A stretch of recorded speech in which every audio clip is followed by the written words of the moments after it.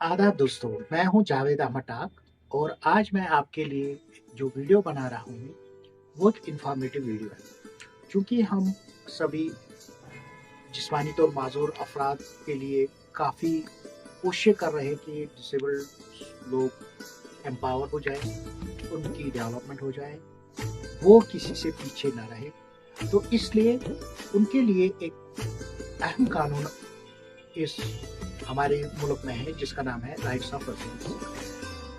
Rights of person with disabilities act में एक कानून बना है जिसमें लगभग 17 चैप्टर्स हैं और उन 17 चैप्टर्स को जानना बहुत जरूरी है हमारे लिए। जो ये कानून बना, ये दिसंबर 2016 में पार्लियामेंट ने इसको अडॉप्ट किया, इस पे मोहर लगाई और इसमें डिसेबल लोगों के लिए एक पहला जो चैप्टर आता है rights of person with disabilities act में, वो है प्रिलिमिनरी, जिसमें हर चीज़ की डेफिनेशन कही गई है कि क्या टर्म्स इस्तेमाल की गई है। दूसरा है राइट्स एंड एंटाइटलमेंट, कि पर्सन विद डिसेबिलिटीज के लिए कौन कौन से हुकूक हैं, उनके हक में जो भी ऑफिशियल्स है उनको वो इम्प्लीमेंट करनी चाहिए। और तीसरा जो चैप्टर है वो है एजुकेशन, कि तालीम में क्या क्या चीज़ें होनी चाहिए। जैसे बहुत सारे लोग बच्चे हमारे जो है जो स्कूल में जाते हैं तो उनके लिए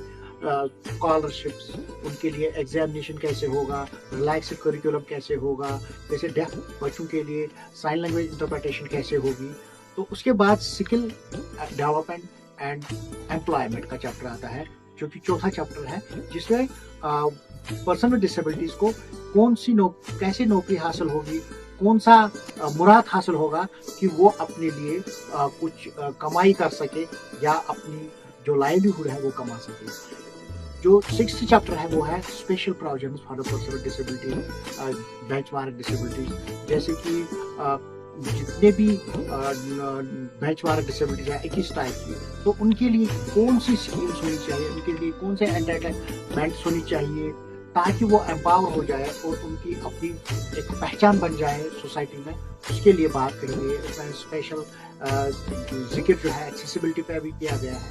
7वां चैप्टर जो है वो है special provisions for person with disabilities with high support needs. बहुत सारे डिसेबल लोग हमारे बच्चे हैं जिनको दवाई की ज़रूरत पड़ती है, कुछ स्ट्रोक पेशेंट्स हैं, स्पाइनल कॉर्ड इंजरीज है, जिनको कैथेटर्स, डायपर्स, ड्रेसिंग, एंटीबायोटिक दवाइयाँ लेने की ज़रूरत होती है। तो वो अपने हाई सपोर्ट के लिए सोशल वेलफेयर ऑफिसर जो हमारी नोडल एजेंसी है उनसे रब्ता करके अंडर चैप्टर 7 इस प्रोविजन में बहुत कुछ मुराद हासिल कर सकते हैं।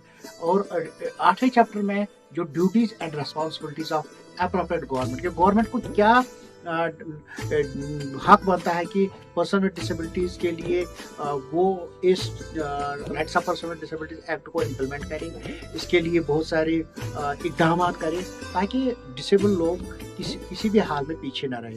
चैप्टर 9 जो है वो है registration of institutions of for person with disabilities and grants to such institutions, कि जितने भी इंस्टीट्यूशंस काम करते हैं उनकी रजिस्ट्रेशन करना, उनके अंडर जितने भी काम होते हैं डिसेबल लोगों के लिए उसके अंदर पर्सन विद डिसेबिलिटीज को अपना हक दिलाना। जैसे नेशनल ट्रस्ट है, एक बॉडी है, या हमारी नेशनल इंस्टीट्यूट्स है, national institute for visual disabilities के लिए देहरादून में हमारा एक इंस्टीट्यूशन है, हियरिंग स्पीच डिसेबिलिटी के लिए मुंबई में अली यावर जंग इंस्टीट्यूशन है।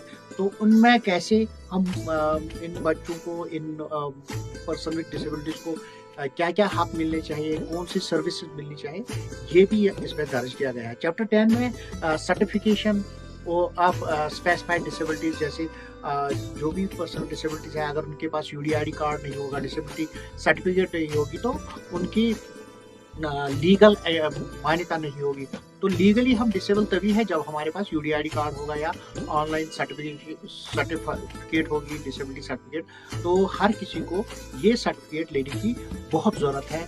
और जो 11वां चैप्टर है वो है central and state advisory board on disability at district at level committees. जो स्टेट लेवल पे हमारे पर्सन विद डिसेबिलिटीज़ है उनके लिए एक एडवाइजरी बोर्ड बनना चाहिए, उसमें भी person with disabilities as a member होने चाहिए।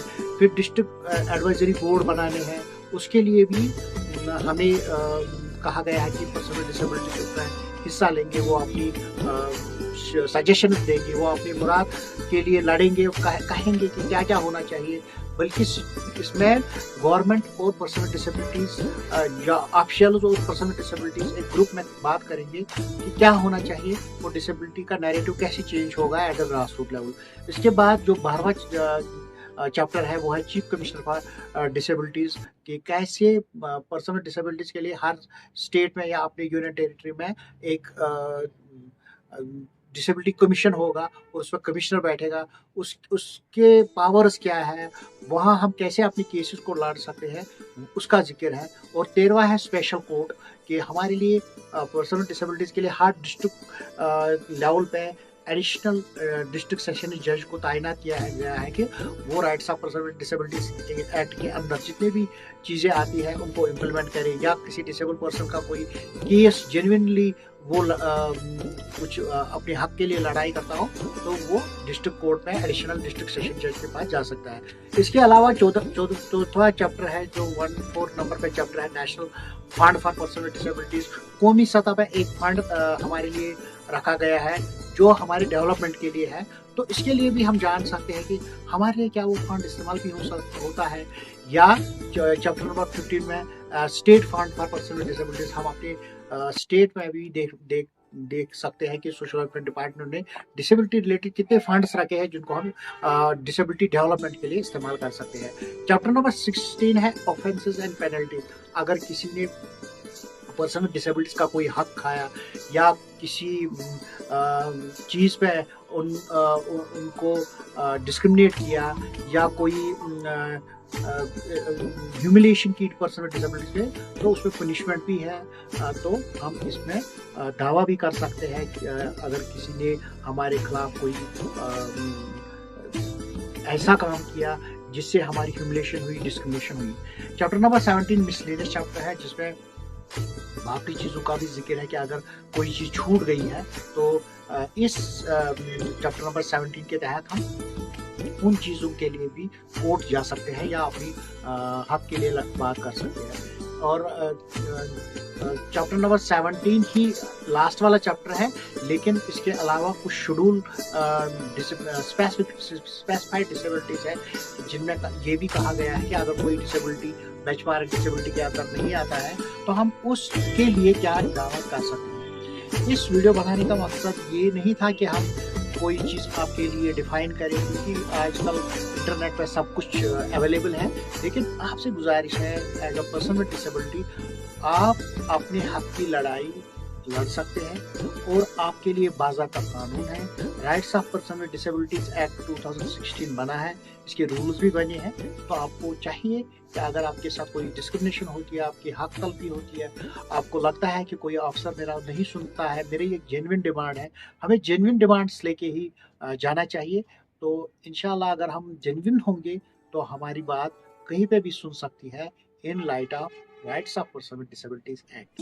मुझे यकीन है कि आप इस एक्ट को नज़र मारेंगे, गूगल करके या हार्ड कॉपी प्रिंट करके आप इसमें देखेंगे कि एजुकेशन, एम्प्लॉयमेंट, एक्सेसिबिलिटी हम कैसे हासिल कर सकते हैं।